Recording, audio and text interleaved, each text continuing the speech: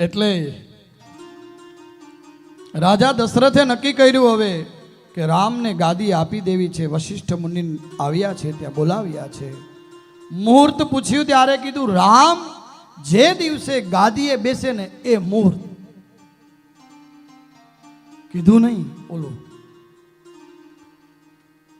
દેવતાઓને ચિંતા થઈ છે અને વિઘ્નેશ્વરીને બોલાવ્યા. મંત્રા દ્વારા કઈને સમજાવ્યું. વિઘ્નેશ્વરી દેવી આવ્યા મંત્રાના મગજમાં, હો યાદ રાખજો. અને મંત્રાએ કેવું પડ્યું. મંત્રા આવ્યા છે ને કઈને કાન એટલા બધા ભરી દીધા ને. કઈના કાન કોને ભર્યા હતા? બોલો જોઈએ જોરથી, બરાબર ને? એટલે બહુ ધ્યાન રાખવું આમાં. કાન ભરવા વાળા બહુ હોય, કોઈનું બહુ સાંભળવું નહીં. અને કઈ કોપ ભુવનમાં બેઠા છે અને રાજા દશરથ પાસે 2 વરદાન માંગે છે. આ બધી કથા પ્રચલિત છે, આમાંથી કંઈક સાર લેવાનો છે. અને કોપ ભુવનમાં બેઠા છે. જો એ સમયમાં રીસાવા માટેનું પણ એક અલગ જગ્યા હતી. રીસાવું હોય બહાર જાઓ. આમ સારું હતું જોવા જાવ તો. આ તો આપણે હવે 700 કે 1500 કાર્પેટમાં જ રીસાવું હોય તો એ ન્યા, બાંધવું હોય તો એ ન્યા, ઝઘડો કરવો હોય તો એટલી જ જગ્યા. મુંબઈમાં તો રોટલો છે પણ ઓટલો, એવું જ કહેવાય છે ને.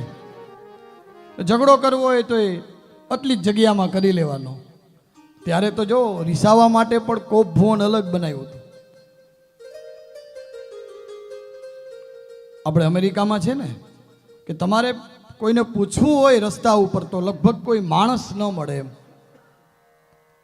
અને ઘર છે લાંબા લાંબા ડિસ્ટન્સ પર, કોઈ માણસ ન મળે. હવે તો મેપ થઈ ગયા એટલે વાંધો નથી, પણ પહેલા કે એટલું બધું ડિસ્ટન્સ, એમાં કોઈ મળે નહીં તમને. અને કઈ કોપ ભુવનમાં બેઠા છે અને રાજા દશરથ આવે છે ત્યાં અને 2 વરદાન માગે છે. પેલું રામને 14 વર્ષનો વનવાસ અને બીજું મારા ભરતને ગાદી. ખૂબ ખૂબ ખૂબ કોશિશ કરી પણ કઈ માનતા નથી હો.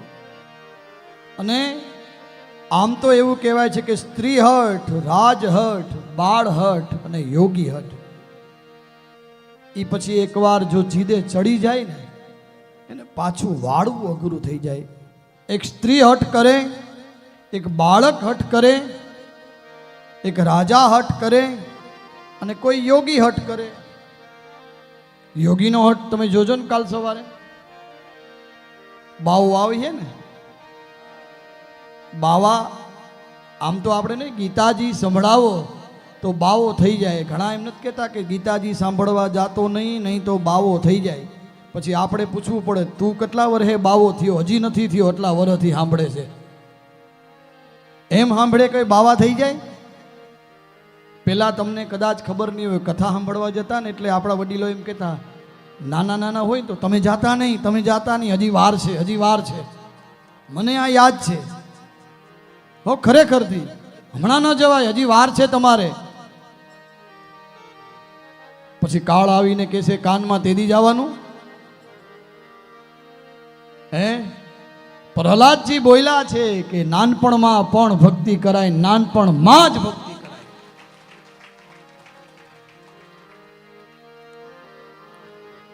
અને કઈને ખૂબ મનાવ્યા માયનાની. અને રાજા દશરથ જે છે ને ખૂબ ખૂબ સમજાવ્યા. પછી રાજા દશરથ છે એનું મૃત્યુ થયું છે. ખૂબ મનાવ્યા, ખૂબ સમજાવ્યા, સમજ્યા નહીં. ને આખરે રામ, લક્ષ્મણ અને સીતા વનવા વયા ગયા.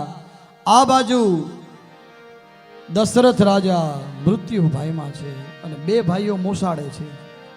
કહે રે પિંગલ રાજા